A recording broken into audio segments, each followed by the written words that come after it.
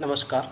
आज बात करेंगे, थोड़ा सा वीडियो लंबा होगा और आज बात करेंगे एमपीपीएससी का क्या भविष्य होगा, क्या एमपीपीएससी की एग्ज़ाम कब होगी, होगी तो कैसे होगी, किस प्रकार से आरक्षण दिया जाएगा, किस प्रकार से जो चीज़ें चल रही हैं, जो उलझी हुई चीज़ें हैं, 27% आरक्षण दिया जाएगा ओबीसी को या 40% ही रखा जाएगा।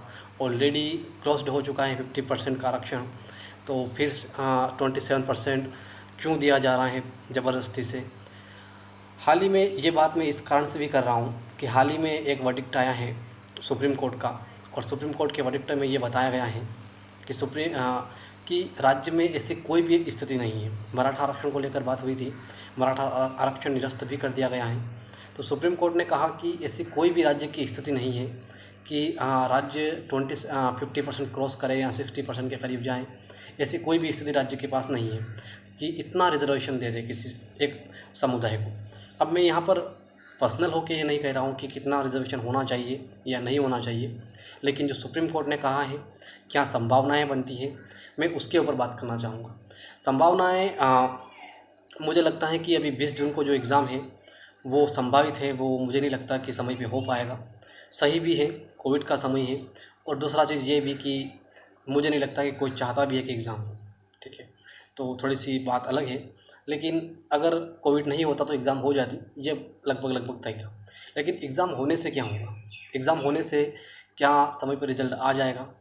क्या जो पहले 2017 से 2018 से पहले जो हर साल पेपर होते थे और हर साल रिज़ल्ट आता था, वो लगातार इस बार आएँगे?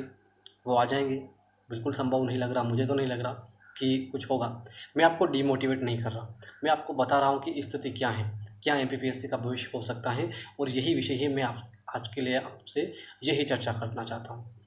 एमपीपीएससी या एमपी में कोई भी एग्ज़ाम, ख़ासकर बात करें जो एमपी की, जो बहुत लोग इंतज़ार करते हैं, और जो 12th के बाद 10th पास आउट के बाद जो विकासशील राज्य जो अपना है, वहाँ पर 10th के बाद और 12th के बाद ही जॉब मांगते हैं लोग, और वो एमपी पुलिस की तैयारी करते हैं। खासकर उनके लिए 2017 के बाद में कोई वैकेंसी नहीं आई। एमपीएसआई का जो अच्छी पढ़ाई करता है, जो ग्रेजुएशन पार कर चुका होता है, वो एमपीएसआई की तैयारी करता है, और वो भी समय पे नहीं हुआ है। 2017 के बाद वो भी नहीं हुआ है। एमपीपीएससी 2018 में हुई थी, और 2019 की जो प्रीलिम्स थी वो 2020 में हुई। 2020 में हुई, रिज़ल्ट 2021 में आया। 2021 में आया, फिर आनन-फानन में मेंस करवाई। मेंस के लिए बहुत सारे लोग सुप्रीम कोर्ट गए, मेंस करवाने के बहुत सारे लोग पक्ष में नहीं थे, फिर ज़बरदस्ती मेंस करवाई गई। तो ये सारा जो मसला है, जो कॉम्पिटिटिव एग्ज़ाम की जो तैयारी कर रहे हैं लोग, वो कहीं न कहीं वाक़ई में ये सदमा जो है वो गहरा है, और ये सहने योग्य तो नहीं है। मैं खुद प्रताड़ित हूँ इन चीज़ों से। मुझे खुद लगता है कि यार बहुत, क्योंकि मैं 2017 से तैयारी कर रहा हूँ। मेरी जो कहानी है वो 2017 से स्टार्ट होती है, मार्च 2017।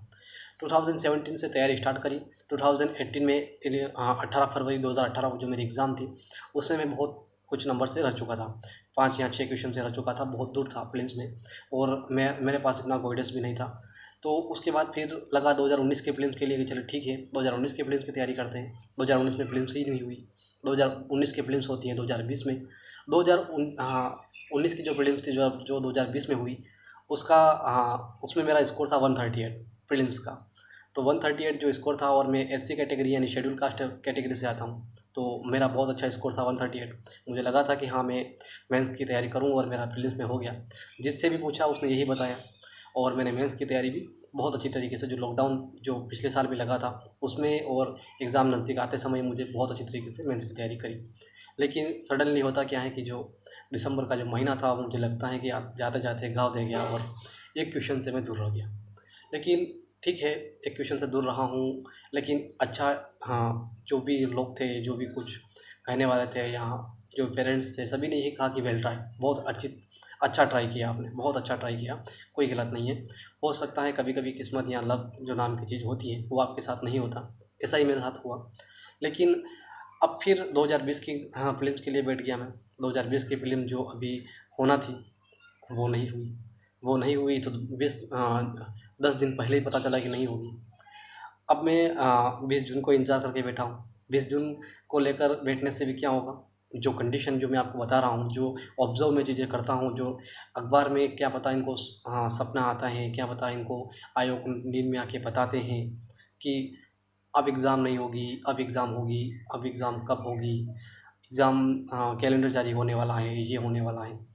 ये सारी चीज़ें मुझे नहीं लगता कि इन लोगों के पास पीछे कोई तथ्य हैं, जो ये इतने बड़े तरीके से बता सकते हैं, इतने अच्छे तरीके से ये डिस्क्राइब कर दिया अखबार में इन्होंने कि जून में कैलेंडर रिवाइज़ होगा।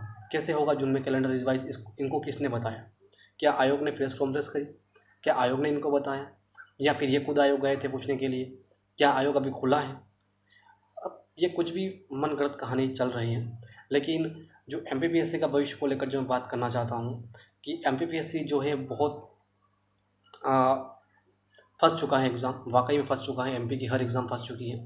लेकिन ख़ासकर एमपीपीएससी पे जो ध्यान अपना रहता है, एमपीपीएससी की तैयारी करने वाले लोगों का, कि अब 27% अब कंडीशन या तो एक बनी, ये एक कंडीशन तो ये बनेगी कि 27% देंगे तो सुप्रीम कोर्ट जाएंगे लोग।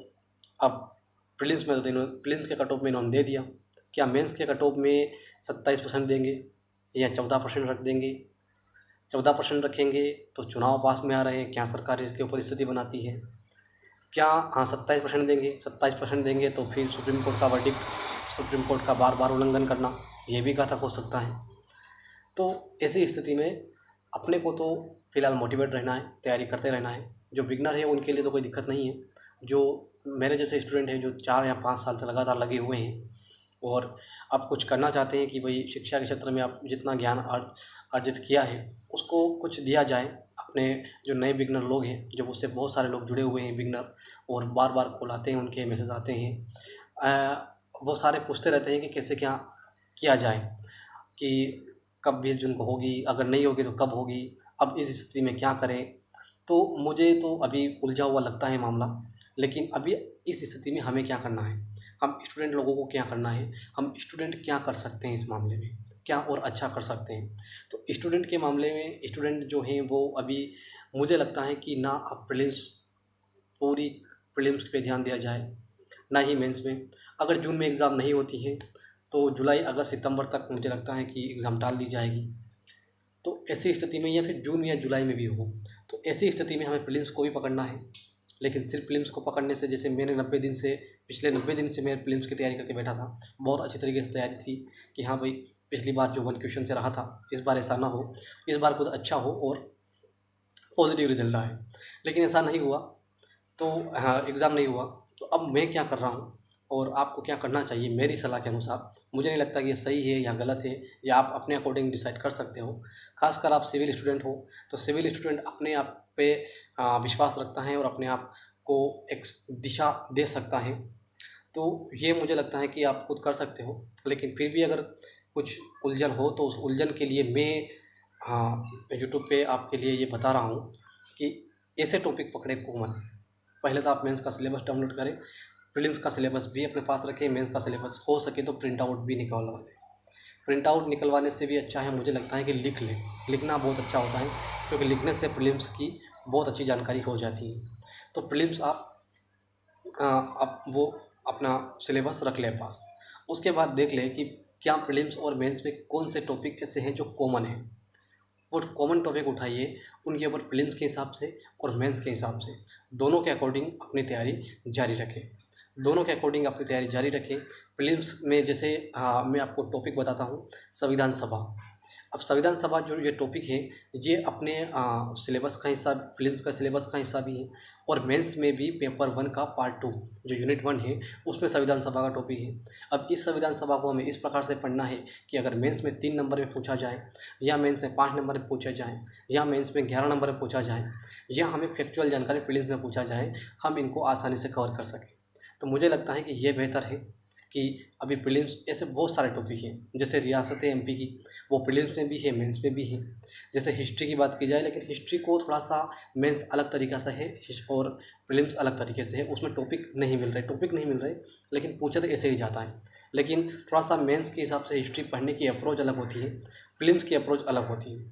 इनके ऊपर थोड़े से संसाधन जुटा लेता हूँ और अच्छे से चीज़ों को मैं आपको डिस्क्राइब करूँगा, बताता रहूँगा। इसके लिए आप सिविल अड्डा को सब्सक्राइब करिए, लाइक करिए, शेयर करिए। हो सके तो मैं आपको टेलीग्राम ग्रुप की लिंक भी यहाँ पर दे दूँगा, वो भी आप टेलीग्राम ग्रुप से भी जुड़ जाइए। हो सके तो आप व्हाट्सएप ग्रुप से या मुझसे डायरेक्टली कॉन्टैक्ट करके भी पूछ सकते हैं कि या बता सकते हैं अपनी समस्या कि किस प्रकार से उलझन में हो। मैं जितनी हो सके आपकी मदद करूँगा। हो सके तो मैं आपको नोट्स भी दे दूँगा। बहुत सारे नोट्स मेरे पास पीडीएफ के फॉर्म में है, तो मैं आपको नोट्स भी प्रोवाइड करने की कोशिश करूँगा। कुल मिलाकर हमें ना आप मुझे पढ़ाओगे ना मैं आपको पढ़ाऊँगा। मेरा ये मानना है कि हम सब मिलकर पढ़ेंगे और मिलकर फाइट करेंगे। कोरोना का ध्यान रखिए और स्वस्थ रहिए, तैयारी में कोई कमी ना हो। बहुत बहुत धन्यवाद, बहुत बहुत साधुवाद। सिविल अड्डा को सब्सक्राइब करना ना भूलें।